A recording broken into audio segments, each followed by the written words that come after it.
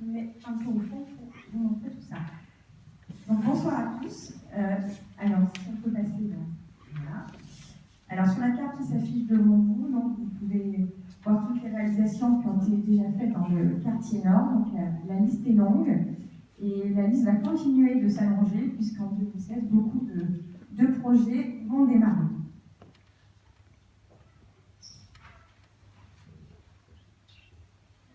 Alors le complexe sportif Albert Sylvien.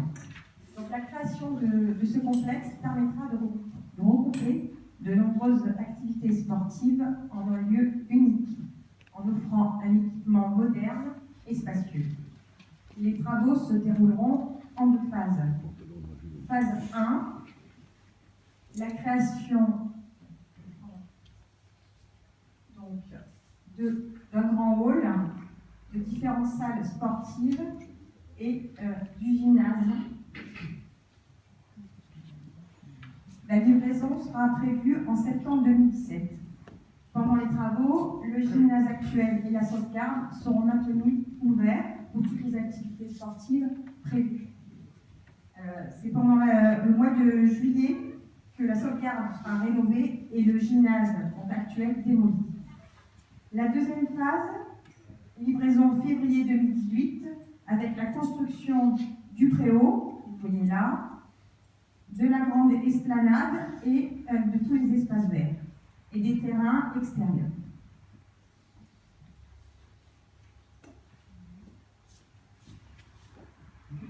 Alors l'école Saint-Exupéry,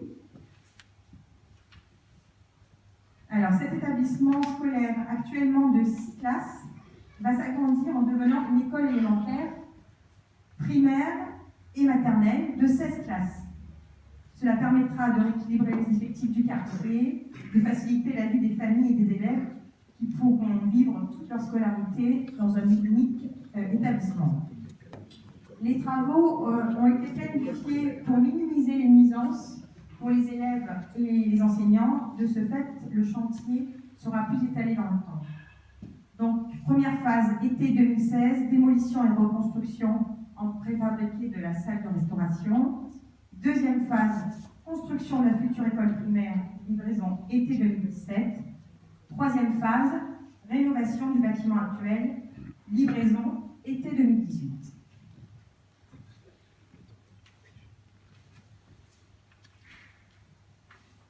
Alors, la ZAC Pompidou. La ZAC Pompidou, donc là, je vais vous la resituer. Donc, c'est la rue Gramme jusqu'à l'avenue d'Argenteuil, avec la rue Armand-Lépine qui coupe ce grand bloc.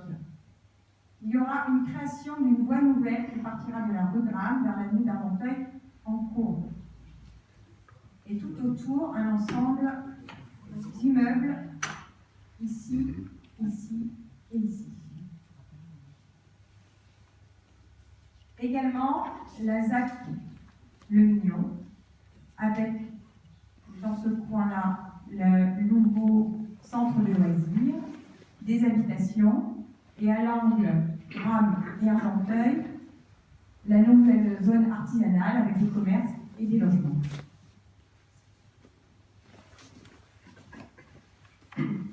Alors là, nous allons faire un petit focus sur la ZAC Pompidou, qui démarre de la rue Armand-Lépine jusqu'à l'avenue d'Argenteuil, car nous avons le plaisir de vous annoncer que les travaux ont commencé. Donc une partie de la voie nouvelle est créée pour faciliter le passage des camions et des futures grues.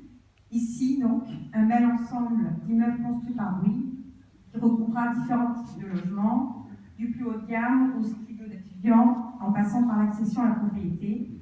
Également, en rez de jardin, la création d'une crèche de 50 berceaux et d'un relais d'assistante maternelle.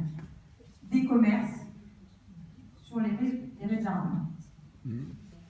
Là aussi, vous pouvez voir la création d'une voie piétonne entre deux bâtiments qui reliera le parc, donc la rue Armand-Lépine, vers l'avenue d'Argenteuil.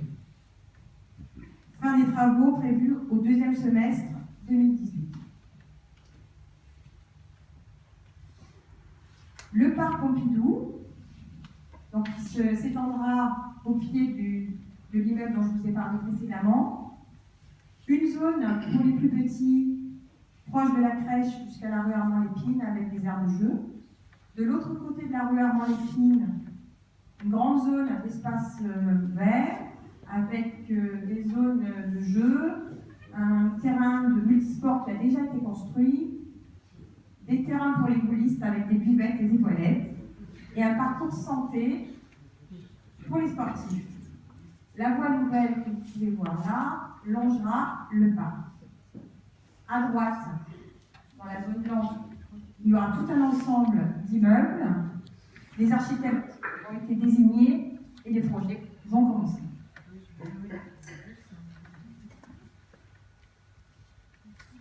La salle Mermoz, donc anciennement appelée salle Amitié Loisirs, a été rénovée courant 2015 et a été réouverte depuis le mois d'avril. Donc sa rénovation a permis la mise aux normes de sécurité incendie, la réfection des peintures et l'installation de nouveaux matériels techniques. Donc reste à l'étude de l'entrée et la signalétique de la salle. Elle accueille pour l'instant des troupes de théâtre amateurs de Bois-Colombes. Le service culturel travaille sur d'autres projets. Et voilà. Je vais donner la parole maintenant à Monsieur Lelos, qui va